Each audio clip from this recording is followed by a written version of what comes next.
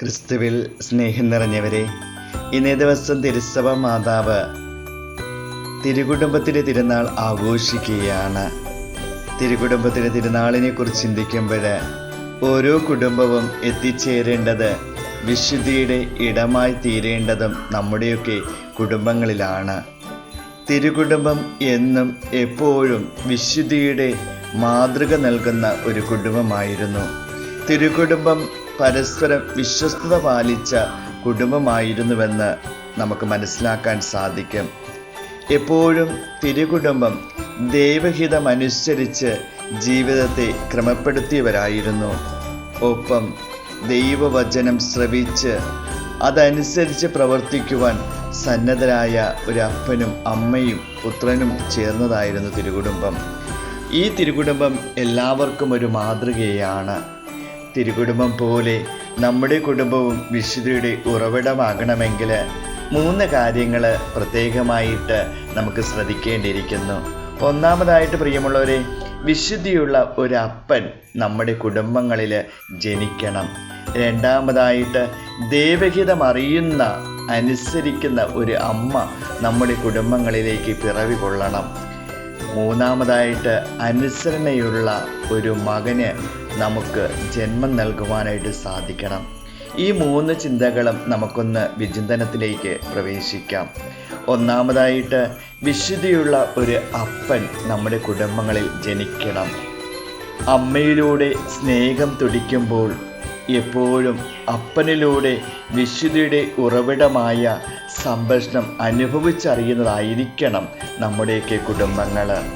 അതിന് ഉത്തമ മാതൃകയായിട്ട് നമ്മളിലേക്ക് കടന്നു വരുന്നത് വിശുദ്ധ യൗസേപ്പിതാവായിരുന്നു. വിശുദ്ധിയുടെയും നീതിയുടെയും മാതൃകയായിട്ട് ഒരു അപ്പനെ നമുക്ക് ഓർത്തെടുക്കാൻ സാധിക്കുന്നത് വിശുദ്ധ യൗസേപ്പിതാവിനെയാണ്. യൗസേപ്പിതാവിൻ്റെ ജീവിതത്തെക്കുറിച്ചൊന്ന് ചിന്തിക്കുമ്പോൾ കല്ലും മുള്ളും ചവിട്ടി നടക്കുന്ന ഒരു സാധു മനുഷ്യൻ, പ്രിയപ്പെട്ടവർക്ക് വേണ്ടി എന്ത് സഹനവും വേദനയും ഒറ്റപ്പെടലും ഒക്കെ ഏറ്റെടുക്കുവാൻ സന്നദ്ധനാകുന്ന ഒരു ജീവിതം. അപ്പത്തിൻ്റെ ഭവനമായ ബെത്ലഹേമിൽ നിന്ന് തുടങ്ങിയ യാത്ര പീഡകളുടെ കാലൊച്ച കേൾക്കുന്ന ഈജിപ്തിലേക്ക് ആ യാത്ര തുടരുമ്പോഴും യൗസേപ്പിതാവും മറിയവും യേശുവിനോടൊപ്പം കൂടെ ഉണ്ടായിരുന്നു. വിശുദ്ധ മത്തായിയുടെ സുവിശേഷം 2-ാം അധ്യായം 13-ാം വാക്യത്തിൽ പ്രകാരം നാം വായിക്കുന്നുണ്ട്: ശിശുവിനെയും അമ്മയും കൂട്ടി ഈജിപ്തിലേക്ക്, ഇസ്രായേൽ ദേശത്തേക്കും ഗലീല ദേശത്തേക്കും യൗസേപ്പിതാവ് അപ്പനായി കൂടെ യാത്ര ചെയ്യുന്നുണ്ട്. ഒരപ്പൻ വിശുദ്ധിയുടെ മകുടമായി മാറുമ്പോൾ ആ വിശുദ്ധിയുടെ പരിമളം കൂടെ ആയിരിക്കുവാനുള്ള വിളിയാണെന്ന് തിരിച്ചറിയുക.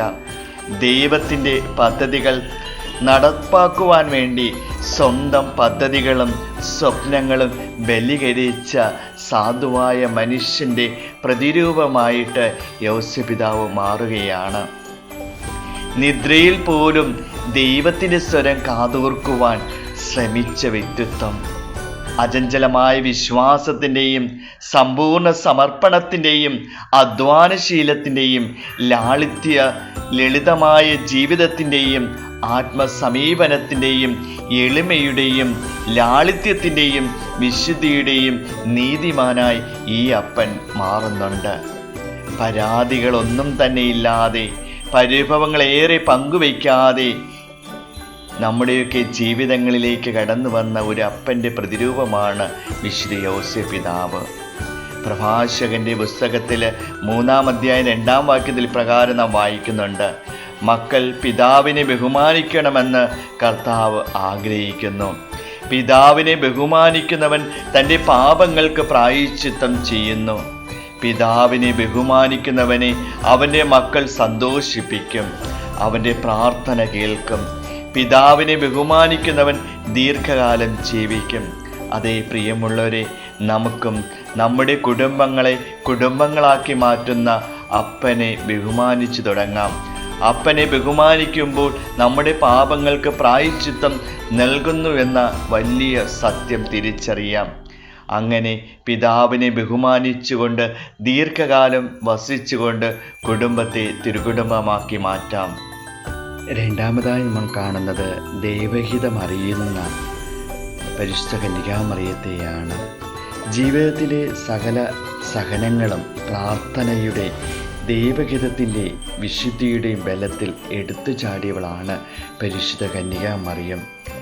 ലൂക്കയുടെ സുവിശേഷം 1-ാം അധ്യായം 28-ാം വാക്യത്തിൽ മാലാഖയുടെ സംബോധന കേൾക്കുന്ന ദൈവകൃപ നിറഞ്ഞവളെ എന്ന വചനം ഹൃദയത്തിലും ഉദരത്തിലും സ്വീകരിച്ച പരിശുദ്ധ കന്യകാമറിയം ലൂക്കയുടെ സുവിശേഷം 1-ാം അധ്യായം 38-ാം വാക്യത്തിൽ പറയുന്നു, ഇതാ കർത്താവിൻ ദാസി. ഇതായിരുന്നു മറിയത്തിൻ്റെ ഐഡൻറ്റി കാർഡായിട്ട് ഉപയോഗിച്ച വചനം. അത് ജീവിതത്തിൽ ദൈവഹിതമറിയുന്ന ഒരു അമ്മയുടെ വിശുദ്ധിയുടെ ഉറവിടമായിട്ട് പരിശുദ്ധ കന്യകാമറിയം മാറുകയായിരുന്നു. കാലികളുടെ സംഗീതമായ കാലിത്തൊഴുത്തിൽ യേശുവിന് ജന്മം നൽകുമ്പോഴും ഈജിപ്തിലേക്ക് തിടുക്കത്തിൽ യാത്ര പുറപ്പെടേണ്ടി വന്നപ്പോഴും യേശുവിനെ ഭ്രാന്തനെന്നും തച്ചൻ്റെ മകനെന്നും ആക്ഷേപിച്ചപ്പോഴും പത്രോസ് തള്ളിപ്പറഞ്ഞപ്പോഴും യൂദാസ് ഒറ്റിക്കൊടുത്തപ്പോഴും തൻ്റെ പ്രിയപ്പെട്ട ശിഷ്യന്മാർ തൻ്റെ മകനായ യേശുവിൽ നിന്ന് ഒളിച്ചോടിയപ്പോഴും തൻ്റെ അവസാന വിനായികയിൽ തൻ്റെ പ്രിയ പുത്രൻ്റെ മൃതദേഹം തൻ്റെ മാറിടത്തോട് ചേർത്ത് പിടിച്ച് മറ്റൊരു പിയാത്തയായി മാറുമ്പോഴും പരിശുദ്ധ കന്യകാമറിയം പറഞ്ഞിട്ടുണ്ടായിരിക്കണം, ഇതാ കർത്താവിൻ്റെ ദാസി. അതേ പ്രിയമുള്ളവരെ, വിശുദ്ധ ജീവിതത്തിലൂടെ പരിശുദ്ധിയുടെ നിറകുടമായി മാറുന്ന പരിശുദ്ധ കന്യകാമറിയം വിശുദ്ധ ലൂക്കയുടെ സുവിശേഷം 2-ാം അധ്യായം 51-ാം വാക്യത്തിൽ പറയുന്നു, അവൻ്റെ അമ്മ ഇക്കാര്യങ്ങളെല്ലാം ഹൃദയത്തിൽ സംഗ്രഹിച്ചു. ഒരു കുടുംബത്തെ കുടുംബമാക്കി മാറ്റണമെങ്കിൽ പരിശുദ്ധ കന്യകാമറിയത്തെ പോലെ കുടുംബത്തിലെ എല്ലാ കാര്യങ്ങളും ഹൃദയത്തിൽ സംഗ്രഹിക്കുവാനായിട്ട് സാധിക്കണം. അതോടൊപ്പം തന്നെ ലൂക്കയുടെ സുവിശേഷം 2-ാം അധ്യായം 49-ാം വാക്യത്തിൽ പറയുന്നുണ്ട്, നിന്റെ പിതാവും ഞാനും ഉത്കണ്ഠയോടെ നിന്നെ അന്വേഷിക്കുകയായിരുന്നു. തൻ്റെ പുത്രൻ ദേവാലയത്തിൽ തിരുനാളിന് പോയപ്പോൾ നഷ്ടപ്പെട്ടു പോയപ്പോൾ കണ്ടെത്തുവാനായിട്ട് തൻ്റെ പിതാവുമായിട്ട് പരിശുദ്ധ കന്യകാമറിയം ഇറങ്ങിത്തിരിക്കുന്നു. ഓരോ നഷ്ടപ്പെടലുകളും നമ്മുടെയൊക്കെ അന്വേഷണങ്ങളായി മാറണം. നഷ്ടപ്പെട്ടു പോയ മക്കളെ അന്വേഷിച്ചിറങ്ങുവാനായിട്ട് ഒരു അപ്പനും അമ്മയ്ക്കും ഇന്ന് സാധിക്കുന്നില്ല എന്നതാണ് ഇന്നിൻ്റെ ലോകത്തിൻ്റെ ദുഃഖരഹസ്യമെന്ന് പറയുന്നത്. അതുകൊണ്ട് പ്രിയമുള്ളവരെ, പരിശുദ്ധ അമ്മയെപ്പോലെ നമ്മുടെയൊക്കെ കുടുംബങ്ങളിൽ ഒരു അമ്മയുണ്ടാകണം. പ്രഭാഷകൻ്റെ പുസ്തകം 3-ാം അധ്യായം 2-ാം വാക്യത്തിൽ പറയുന്നത് ഇങ്ങനെയാണ്, അമ്മയെ മഹത്വപ്പെടുത്തുവാൻ നിക്ഷേപം കൂട്ടിവെക്കുന്നു. നമ്മുടെ അമ്മമാരെ സ്നേഹിക്കുവാനും അവരെ മഹത്വപ്പെടുത്തുവാനുള്ളതും ആയി മാറട്ടെ നമ്മുടെയൊക്കെ ജീവിതങ്ങൾ. മൂന്നാമതായിട്ട് പറയുവാനുള്ളത്, അനുസരണയുള്ള ഒരു പുത്രനെ ജന്മം നൽകുവാനായിട്ട് മാതാപിതാക്കൾക്ക് സാധിക്കണം. ബാലനായ യേശു ദേവാലയത്തിൽ കണ്ടെത്തുമ്പോൾ ഇന്ന് നമ്മുടെയൊക്കെ മക്കളെ എവിടെയാണ് നമ്മൾ നഷ്ടപ്പെടുത്തി കളഞ്ഞതും കണ്ടെത്തുവാനായിട്ട് ശ്രമിക്കുന്നതും? നമ്മുടെയൊക്കെ മക്കൾ ദേവാലയങ്ങളിലാണോ നഷ്ടപ്പെട്ടു പോയത്, അതോ ഈ ലോകത്തിൻ്റെ തിന്മകൾ നിറഞ്ഞ കൂടാരങ്ങളിലേക്കാണോ നമ്മുടെ മക്കൾ നഷ്ടപ്പെട്ടു പോയത്? എങ്കിലും നമ്മൾ അന്വേഷിച്ചു പോകുവാനായിട്ട് നമുക്ക് സാധിക്കുന്നുണ്ടോ? ലൂക്കയുടെ സുവിശേഷം 2-ാം അധ്യായം 49-ാം വാക്യത്തിൽ തൻ്റെ മകനായ യേശുനാഥൻ ഇപ്രകാരം പറയുന്നുണ്ട്, ഞാൻ എൻ്റെ പിതാവിൻ്റെ കാര്യങ്ങൾ വ്യാപൃതനായിരിക്കേണ്ടതാണെന്ന് നിങ്ങൾ അറിയുന്നില്ലേ? നമ്മൾ ജന്മം നൽകിയ മക്കൾ ദൈവീയ കാര്യങ്ങളിലാണോ ലോകത്തിന് വ്യാപാരങ്ങളിലാണോ വ്യാപൃതരായിരിക്കുന്നതെന്ന് നാം തിരിച്ചറിയേണ്ടിയിരിക്കുന്നു. ലൂക്കയുടെ സുവിശേഷം 2-ാം അധ്യായം 50-ാം വാക്യത്തിൽ പ്രകാരം നാം വായിക്കുന്നു, അവൻ അവരോടൊപ്പം പുറപ്പെട്ട് നസ്രത്തിൽ വന്ന് അവർക്ക് വിധേയനായി ജീവിച്ചു. ജ്ഞാനസ്ഥാനത്തിലൂടെ ഓരോ കുഞ്ഞും നമ്മുടെയൊക്കെ കുടുംബങ്ങളിലേക്ക് കടന്നു വരുമ്പോൾ വിധേയപ്പെട്ടാണോ ജീവിക്കുന്നത് തിരിച്ചറിയുക. പ്രിയമുള്ളവരെ, ഇന്ന് തിരുകുടുംബത്തിന് തിരുനാൾ ആഘോഷിക്കുമ്പോൾ വിശുദ്ധിയുള്ള ഒരു അപ്പനായി മാറുവാൻ, സ്നേഹമുള്ള ഒരു അമ്മയായി മാറുവാൻ, അനുസരണയുള്ള മക്കളായി തീരുവാൻ നമുക്ക് പരിശ്രമിക്കാം. ഓർക്കുക, ഓരോ കുഞ്ഞും നമ്മുടെയൊക്കെ കുടുംബങ്ങളിൽ ജനിക്കുമ്പോൾ അവിടെ ഒരു അപ്പനും അമ്മയും കൂടെ ജനിക്കുന്നുവെന്ന് തിരിച്ചറിയുക. തിരുകുടുംബത്തെ ചിത്രങ്ങളെ നോക്കി നമുക്കും ആഗ്രഹിച്ച് പ്രാർത്ഥിക്കാം. ഈശോയുടെ തിരുകുടുംബം പോലെ എൻ്റെ കുടുംബവും ആക്കണമേ എന്ന് നമ്മൾ പ്രാർത്ഥിക്കുമ്പോൾ ആ കുടുംബത്തിലെ ഒരു അപ്പനാകുവാൻ, ഒരു അമ്മയാകുവാൻ, ഒരു മകനാകുവാൻ എന്നെയും സഹായിക്കണമെന്ന് നമുക്ക് പ്രാർത്ഥിക്കാം. അങ്ങനെ സ്നേഹം കൊണ്ട് വീട് നമുക്കും പണിയാം.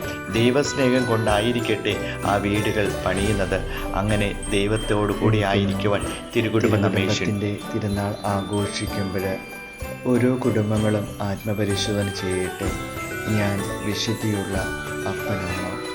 ഞാൻ അനുസരണയും സ്നേഹവും കൃപയും ദൈവവചനവും നിറഞ്ഞ ഒരു അമ്മയാണോ? ഞാൻ എൻ്റെ മാതാപിതാക്കളെ അനുസരിക്കുന്ന, ബഹുമാനിക്കുന്ന മകനാണോ, മകളാണോ? അങ്ങനെ ഒരു അപ്പന് മാത്രം ഒരു കുടുംബത്തെ രൂപപ്പെടുത്തുവാൻ സാധിക്കുകയില്ല. ഒരമ്മ മാത്രം തീരുമാനിച്ചാൽ അതൊരു കുടുംബമാകണമെന്ന് നിർബന്ധമില്ല. മക്കൾ മാത്രം തീരുമാനിച്ചു കഴിഞ്ഞാൽ അതൊരു കുടുംബമാകില്ല.